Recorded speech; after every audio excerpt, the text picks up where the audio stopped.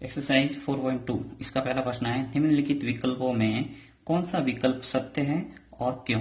यहाँ पे आपको समीकरण दे रखा है कि y बराबर 3x प्लस 5 का एक अद्वितीय हल है या केवल दो हल है या अपरिमित रूप से अनेक हल है। आपको जो भी समीकरण दे रखा है दो चरों वाले रैखिक समीकरण है, इसमें आपको पता लगाना है कि इसकी सिर्फ एक ही हल है। अद्वितीय हल का मतलब होता है कि केवल एक ही हल इसका निकलेगा, या बोल रहा है कि ये केवल दो हल होंगे या अपरिमित रूप से अनेक हल होंगे।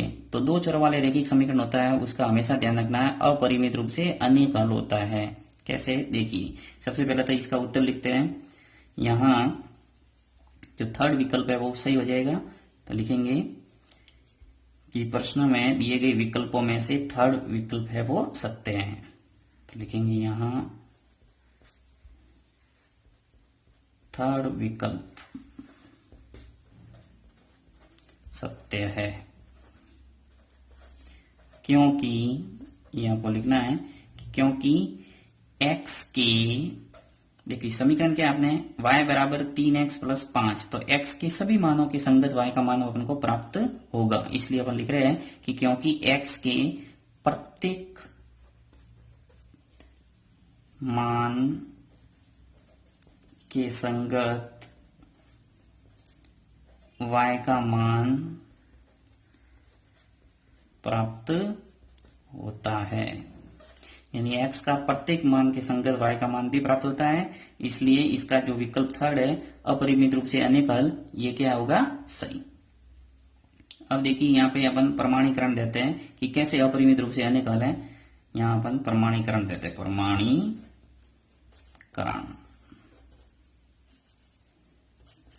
सबसे पहला अपन देखते हैं, समीकरण दे रखा है, देखिए y बराबर 3x प्लस 5। तो y बराबर 3x प्लस 5 है, यहाँ मैं x की जगह 0 रख रहा हूं, तो क्या देखिए y का मान प्राप्त होता है। y बराबर 3x की जगह 0 रखा यानी इंटू 0 हो जाएगा प्लस 5, तो y का मान मुझे मिल जाएगा 3 का गुणा 0 से होगा तो क्या हो जाएगा 0, और 0 प्लस 5 क्या होगा 5। यानी जब मैंने x बराबर 0 रखा तो मुझे y का मान क्या मिला 5। इसी प्रकार एक और जांच करते हैं अपन सेकंड। चलिए वापस समीकरण लेता हूं, y बराबर 3x प्लस 5। अब मैं x की जगह 1 रखता हूं, तो y बराबर 3 इंटू एक्स की जगह 1 रखा प्लस 5, तो y का मान क्या निकला, देखिए 3 इंटू 1 क्या होगा 3 प्लस 5, तो y का मान आ जाएगा मेरे पास 3 प्लस 5 कितने हो गए 8। यानी कोई भी मान आप रखोगे, देखिए यहाँ 0 रखा तो 5 आ गया, 1 रखा तो 8 रखे, यहाँ पे जैसे 2 रखेंगे तो क्या आएगा, देखिए 3 इंटू 2 करेंगे कितने होंगे 6, और 6 और 5 मिलके कितने हो गए 11। तो इस ढंग से चाहे कोई भी मान आप अनंत तक मान रखोगे आपके y का मान आता रहेगा। इसका मतलब इसके अपरिमित रूप से अनेक हल है, अनंत हल है। तो यही आपको इस प्रश्न का उत्तर देना है। नेक्स्ट सेकंड प्रश्न है कि निम्नलिखित समीकरण में से प्रत्येक समीकरण की 4 हल लिखिए। आपको जो समीकरण दे रखा है उसकी 4 हल आपको बताना है। तो जो भी समीकरण दे रखा है सबसे पहले उसको सरल करना पड़ेगा, और सरल करने का मतलब है एक चर है वो लेफ्ट हैंड साइड में रखना है और बाकी सबको पक्षांतर करके राइट हैंड साइड में लाना है। तो एक चर कोई भी रख सकते हैं, जैसे x भी इधर भी रख सकते हैं और y भी रख सकते हैं, कोई जरूरी नहीं। मेरे हिसाब से जो सरल दिख रहा है आपको सिंगल चर दिख रहा है तो उसको लेफ्ट हैंड साइड में रखे, बाकी सबको पक्षांतर कर दो। तो यहाँ मुझे सिंगल y दिख रहा है, इसलिए मैं क्या कर रहा हूँ y को इधर ही रख रहा हूँ, बाकी को पक्षांतर करता हूँ। तो 7 ये 2x है वो पक्षांतर होकर राइट हैंड साइड में चले जाएंगे, तो क्या हो जाएगा माइनस का 2x। ये मेरे पास अंतिम समीकरण आ गया। इस समीकरण से मैं क्या करूंगा, सभी 4 है वो हल निकालूंगा। तो पहला निकालते अपन सबसे फर्स्ट कि यदि x बराबर इस समीकरण के अंदर यदि 0 रखे तो क्या आएगा, देखिए y का मान x बराबर 0 रखने पर x बराबर 0 रखेंगे तो क्या आएगा, देखिए y बराबर 7 माइनस 2 इंटू 0, क्योंकि जहां x था वहां पे क्या रखना है अपन को 0, तो मैंने 0 रख लिया। तो y का क्या मान आ गया, देखिए 7 माइनस 2 का गुणा 0 से होगा तो क्या होगा 0, तो y का मान आ जाएगा मेरे पास 7। यानी जब मैंने x बराबर 0 रखा तो y कितना आ गया 7, एक मान अपन को मिल गया। इसी प्रकार दूसरा निकालते हैं, और यदि x बराबर क्या हो 1, आपको क्रम से रखना है तो जिससे सुविधा रहेगी। जैसे 0 रखा उसके बाद में 1 रख लो, उसके बाद में -1, फिर 2, फिर -2, इस ढंग से आगे बढ़ेंगे तो आपके सही रहेगा। आगे जब ग्राफ अपन सीखेंगे आलेख खींचना दो चरों वाले रैखिक समीकरण का, उसमें आपको सारणी बनाने में भी सुविधा रहेगी। तो देखिए कैसे कि मैंने x बराबर 1 रखा तो ये समीकरण में क्या स्थिति हो जाएगी, अपने समीकरण है मेरे पास y बराबर 7 - 2 इंटू x की जगह मुझे क्या रखना है 1, तो मैं रख लूंगा 1। तो y बराबर क्या आ जाएगा 7 - 2 इंटू 1 क्या होता है 2, तो y का मान आ गया अपने 5। 7 में से 2 गए तो क्या बने 5। तो इस ढंग से दूसरा मान भी अपन को मिल गया। इसी प्रकार अपन दो मान और निकालते हैं। यदि x बराबर -1 तो क्या स्थिति बनेगी, देखिए y बराबर 7 - 2 इंटू एक्स की जगह क्या रखना है आपको -1, तो -1 रख लेंगे तो y बराबर हो जाएगा 7। अब देखिए यहाँ माइनस है और ब्रैकेट के अंदर भी माइनस है, तो माइनस माइनस क्या हो जाएगा प्लस, तो 2 का गुणा जब -1 से होगा तो ये हो जाएगा 2। अब y का मान आ गया 7 और 2 मिलके कितने हो गए 9। तो इस ढंग से आपके तीसरा मान भी निकल के आ गया।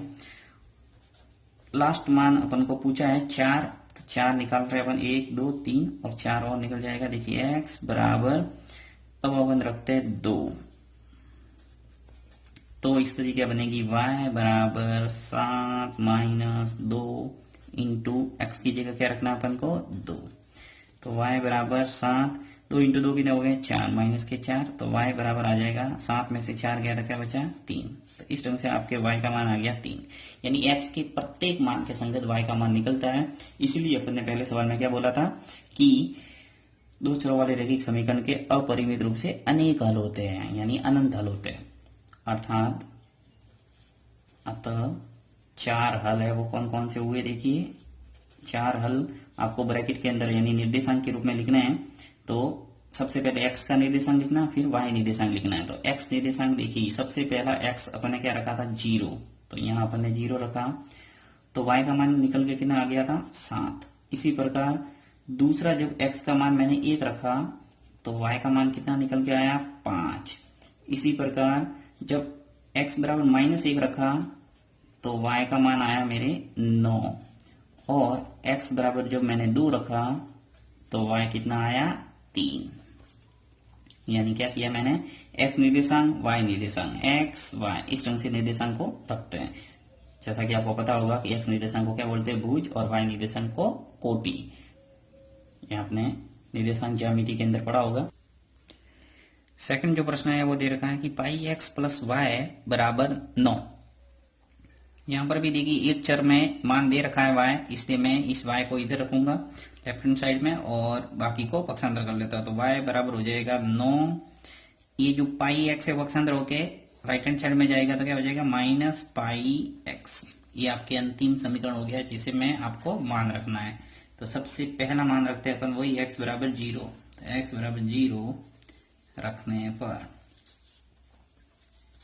x बराबर 0 रखेंगे तो क्या हो जाएगा देखिए y बराबर 9 माइनस पाई इंटू क्या हो जाएगा 0, यानी x की जगह आपको क्या रखना है 0, तो मैंने रख लिया। तो y का मान मुझे क्या प्राप्त हुआ देखिए 9 माइनस पाई का गुणा जब 0 से होगा तो क्या हो जाएगा 0, 0 का किसी भी संख्या से गुणा करते क्या आता है 0, तो इसलिए y का मान आ जाएगा अपने 9।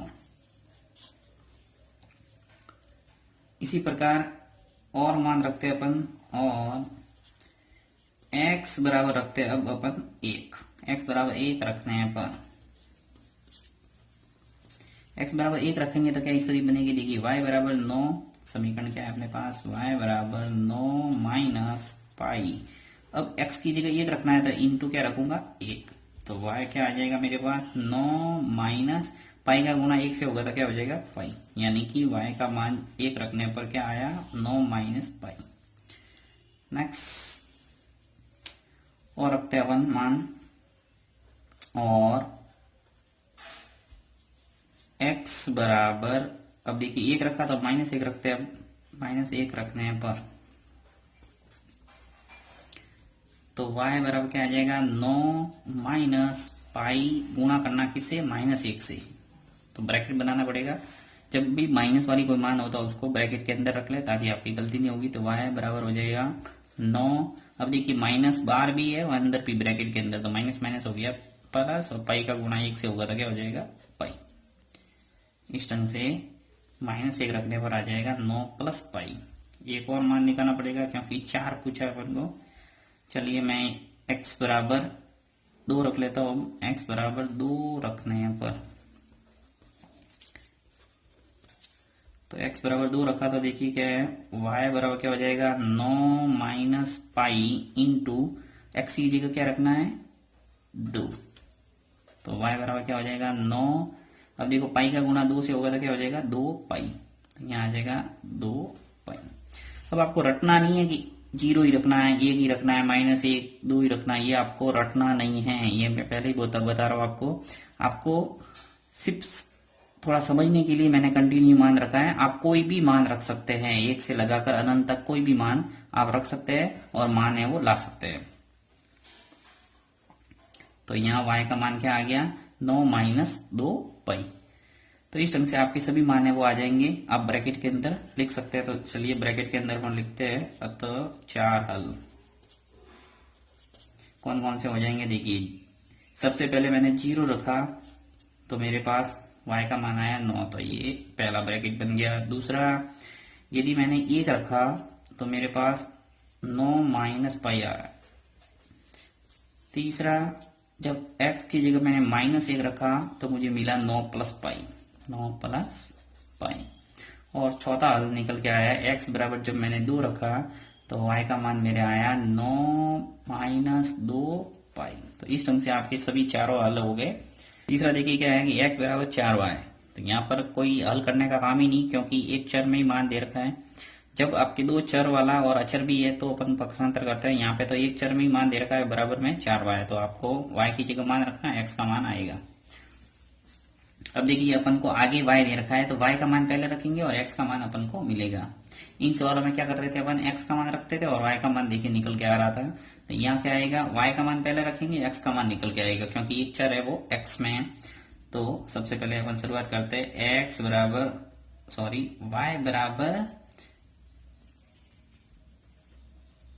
y बराबर क्या रखेंगे 0 रखने पर। तो ये समीकरण है मेरे पास x बराबर 4, y की जगह मुझे क्या रखना है 0, तो इंटू 0। तो x का मान आ गया देखिए 0 का गुणा 4 से होगा तो क्या आएगा 0, यानी y का मान जब 0 रखेंगे तो x का मान भी क्या आएगा 0। नेक्स्ट और अपन रखते हैं मान। अब मैं रखता हूं y बराबर 1 रखने पर तो समीकरण क्या है मेरे पास x बराबर 4। अब y की जगह मुझे कितना रखना है 1, इंटू करूंगा 1। तो x बराबर 4 का गुणा 1 से होगा तो क्या होगा 4। नेक्स्ट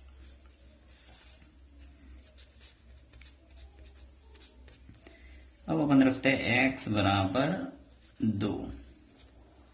-1 भी रख सकते हैं। देखिए यहाँ 2 और -2 रख के बताता हूं ताकि आप रटे नहीं रखने पर। तो x बराबर 2 रखने पर x बराबर 2 रखेंगे तो क्या आएगा देखिए x बराबर 4 इंटू एक्स, सॉरी यहाँ वापस मैंने x लिख लिया, यहाँ y लिखना है।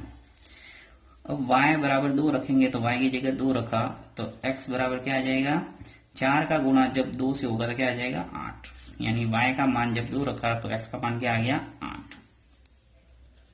और अब मैं रख देता हूं -1, जो कंटिन्यू आपको याद रखना है। y बराबर -1 रखने पर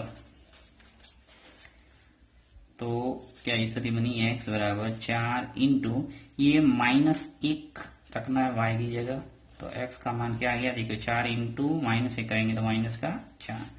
तो ये आपके मान आ गए सभी, इनको ब्रैकेट के अंदर लिख लेते हैं। तो 4 हल। अब 4 हल कौन कौन से ब्रैकेट के अंदर लिखना है ऐसे। सबसे पहले आपको x निर्देशांक लिखना है, उसके बाद में y निर्देशांक लिखना है। तो x निर्देशांक देखिए क्या है 0 और y का मान क्या रखा था 0। इसी ढंग से देखिए x y का मान ये 1, उसके बाद में आगे लिखना पड़ेगा x का मान। देखिए 1 रखा था तो क्या आया था 4, तो ये 4। x निर्देशांक पहले लिखना पड़ेगा, y निर्देशांक बाद में। फिर इसी प्रकार कि y जब मैंने 2 रखा तो x का मान क्या आया था मेरे पास 8, और जब मैंने y का मान -1 रखा था तो मेरे x का मान क्या आया था -4। तो इस ढंग से आपके ये आंसर